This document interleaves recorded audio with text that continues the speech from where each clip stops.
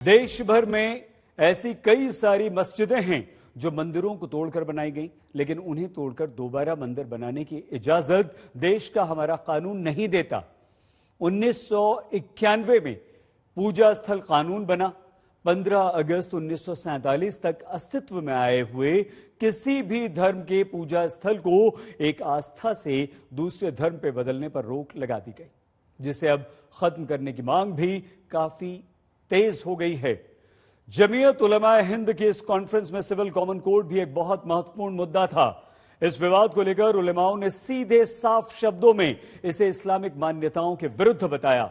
अब प्रश्न ये कि कॉमन सिविल कोड में ऐसा क्या है जिसे उलमा अपनी धार्मिक स्वतंत्रता पर एक खतरा मानते हैं। यूनिफॉर्म सिविल कोड यानी समान नागरिक संहिता एक धर्मनिरपेक्ष कानून है।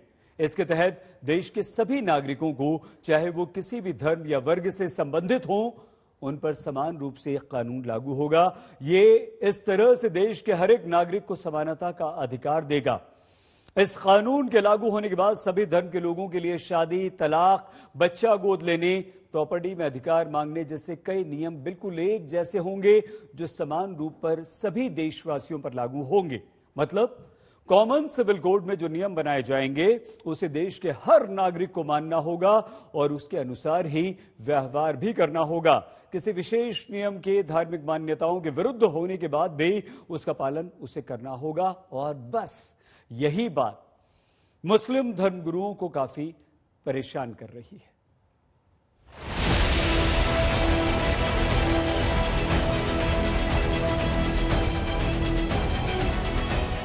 जमीयत की कॉन्फ्रेंस में देश के उत्थान पर बात हुई। मुश्किल हालात में मुल्क की हिफाजत के लिए जान देने की बात हुई।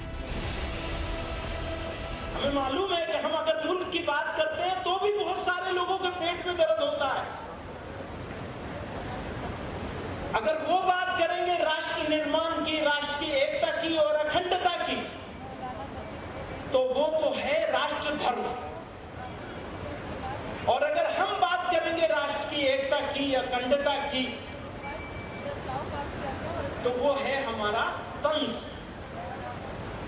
भक्ति कसना। बुराई की नियत से कर रहे हैं, किसी को बुरा बताने के लिए कर रहे हैं, जी नहीं। हमारा आज़्म है ये, दिखावे के लिए भी नहीं कर रहे। हमारा आज़्म है ये। अगर इस मुल्क की हिफाजत के लिए हमारी जान जाएगी, खून बहेगा, तो ये हमारे लिए सौभाग्य की बात है।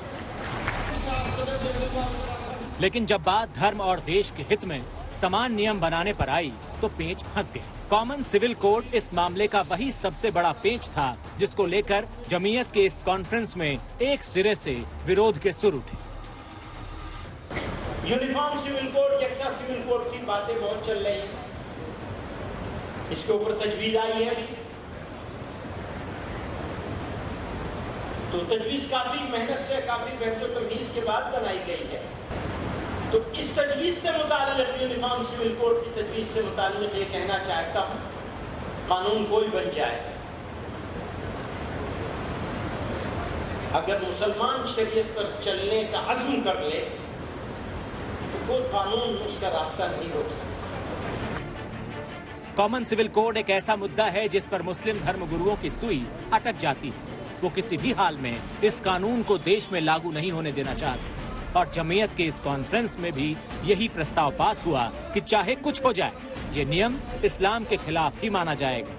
जमीयत की कॉन्फ्रेंस में पहुंचे उलेमा अपने मजहबी मंथन के बाद इसी नतीजे पर पहुंचे कि मुस्लिम पर्सनल लॉ में शामिल मामले जैसे शादी, तलाक, विरासत से जुड़े नियम कानून किसी समाज या व्यक्ति ने नहीं बनाए हैं।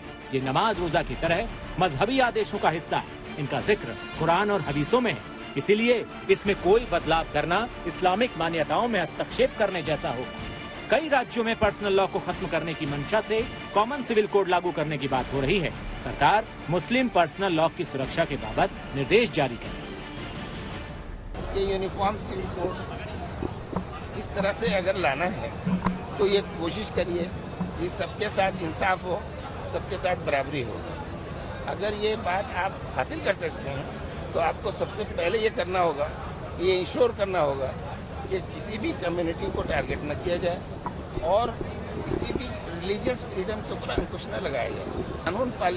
कानून बनाने के लिए है, उसको हक हासिल है, इश्यूज को पार्लियामेंट में पेश करिए और जो उसका मसौदा आएगा सब लोग डिस्कस करेंगे, बहस करेंगे, लेकिन इस चीज को जरूर इंश्योर करेंगे कि जो हमारे मुल्क की जो विभिन्नता है वो खत्म नहीं हो। जमीयत उलेमा हिंद ने एक सुर में कहा कि शरीयत में कॉमन सिविल कोड का दखल स्वीकार नहीं किया जाए, क्योंकि इससे मुस्लिम पर्सनल लॉ को खतरा है। इसमें ये साफ कहा गया है कि जो शरीयत है, जो इस्लामिक कानून है, जो इस्लामिक लॉ है, उसको उसमें किसी भी तरह की दखलंदाजी बर्दाश्त नहीं की जाएगी और मुसलमान इस्लामिक शरीयत को फॉलो करते हुए आए हैं और उसको फॉलो करते रहेंगे। दरअसल कॉमन सिविल कोड के आने के बाद कई ऐसे नियम जिसमें ट्रिपल तलाक, संपत्ति के हक से जुड़े नियम सबके लिए समान हो जाएंगे। अभी तक ये नियम मुस्लिम पर्सनल लॉ में अलग है। यही नहीं, कई और नियम भी बदल सकते हैं, जिसकी वजह से मुस्लिम धर्मगुरु इसका विरोध करते हैं। दरअसल कॉमन सिविल कोड को मुस्लिम समुदाय अपने धार्मिक मामलों में हस्तक्षेप मानता है, जबकि इसमें महिला और पुरुषों को समान अधिकार देने की बात है। इसका धर्म से कोई लेना देना नहीं। इसके आने के बाद अलग से बनाए गए मुस्लिम पर्सनल लॉ बोर्ड और अन्य धार्मिक संगठनों का अस्तित्व खतरे में पड़ जाएगा। मुस्लिम धर्मगुरु ऐसा नहीं चाहते।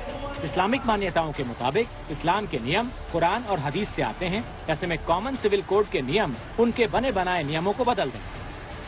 भारतीय जनता पार्टी और श्री नरेंद्र मोदी जी की सरकार में किसी को डरने की जरूरत नहीं है। Uniform civil code Bharatiya Janata party के जो मैनिफेस्टो था उसमें काशी, मथुरा, अयोध्या, धारा 370, 35 से ट्रिपल तलाक, ये सब था।